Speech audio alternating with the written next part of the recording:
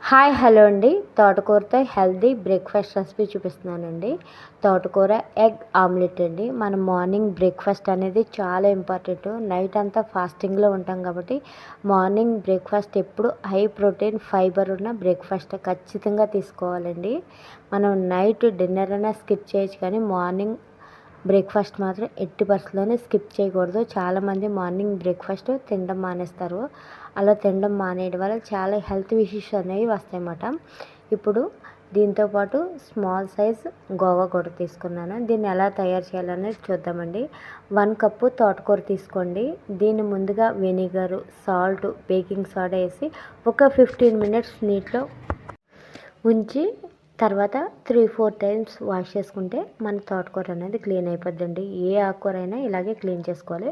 దీంట్లోకి నేను 1 టమాటా తీసుకున్నానండి. Welcome to Levi's healthy foods. ఇప్పుడు మనం ఎలా తయారు చేయాలనేది చూద్దామండి. ముందుగా ఒక బౌల్ తీసుకోండి. దాంట్లోకి తోటకూర చిన్న చిన్న ముక్కల కింద కట్ చేసేసుకోండి. దీంట్లోనే కట్ చేసుకున్న టమాటా ముక్కలు కూడా యాడ్ చేసుకోండి. దీంట్లోకి 1 ఆనియన్, 2 పచ్చిమిర్చి, కారం అనేది చూసుకుని అడ్జస్ట్ చేసుకుని వేసుకోండి. దీంట్లో 2 ఎగ్స్ని బ్రేక్ చేయండి.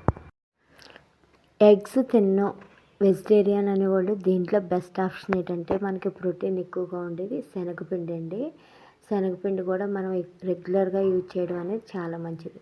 ఇప్పుడు దీన్ని బాగా కలిపేసుకోండి. కలిపేసిన తర్వాత దీంట్లోనే 1 టేబుల్ స్పూన్ కారం వేసుకోండి. కారం అనేది పచ్చిమిర్చి వేసాం కాబట్టి చూసుకుని వేసుకోవాలండి. 1/2 టేబుల్ స్పూన్ సాల్ట్ యాడ్ చేసుకోండి.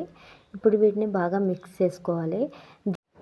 నువ్వుల పొడి, ఫ్లాక్స్ సీడ్స్ పొడి, కరివేపాకు, నట్స్, కారపొడి నేను రెడీగా ఎప్పుడు ఇంట్లో పెట్టుకుంటానండి.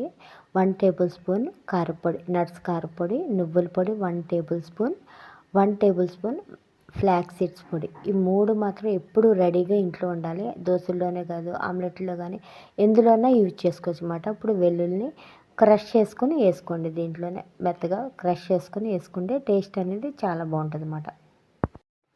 ఇప్పుడు దీన్ని బాగా మిక్స్ చేసుకోవాలండి. దీంట్లోనే మీరు ఓట్స్ పౌడర్ చేసుకుని వేసుకోవచ్చు, ఓట్స్ కూడా వేసుకోవచ్చు, లేదా శనగపిండి కూడా వేసుకోవచ్చు.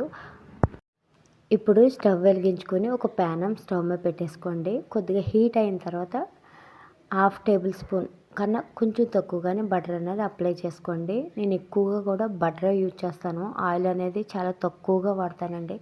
సాల్ట్ ఒకటే, ఆయిల్ ఒకటే చాలా తక్కువగా తీసుకుంటాను నేను.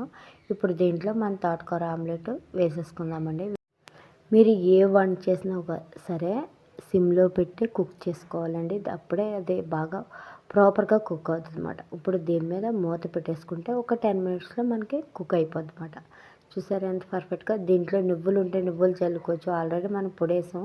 నువ్వులు చల్లుకోవచ్చు, కలంజీ సీడ్స్ కూడా వేసుకోవచ్చు. మీకు టమాటా అనేది ఎందుకు వేసానంటే మనం ఏ లీఫీ వెజిటేబుల్ తీసుకున్నా ఖచ్చితంగా విటమిన్ సి అనేది యాడ్ చేసుకోవాలండి. ఖచ్చితంగానే విటమిన్ సి యాడ్ చేస్తేనే దాంట్లో ఐరన్ అనేది అబ్జర్వేషన్ అనేది పర్ఫెక్ట్గా ఉంటుంది అన్నమాట. మన వేడి వేడి తోటకూర ఆమ్లెట్ రెడీ అయిపోయిందండి.